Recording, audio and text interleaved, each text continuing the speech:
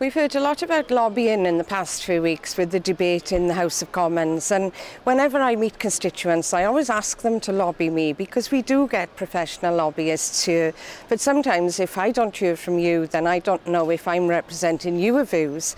One of the things that people contact me about mostly is animal welfare, all kinds of issues, whether it's to do with seal culling or to do with cruelty towards dogs, to do with stray animals, circus animals, a whole range of issues. And I know that my constituents care very deeply about them. That's why I've been supporting calls for a new animal welfare law, which will encompass all of these issues. But more than that, because when you contact me about animal rights or animal welfare issues, I can take those issues up with the European Commission.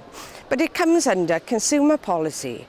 Now, I believe that this issue is so important that we need that responsibility to be given to one commissioner, so that next year, after the European elections in May, when a new commissioner is appointed, a new commission is appointed, 28 commissioners, one commissioner should have specific responsibility for animal welfare. Not just that, it can be combined with other things, but there would be one person that you could go to, that I could go to on issues such as this. And it would also send out a very clear message that the European Union is very serious about animal welfare.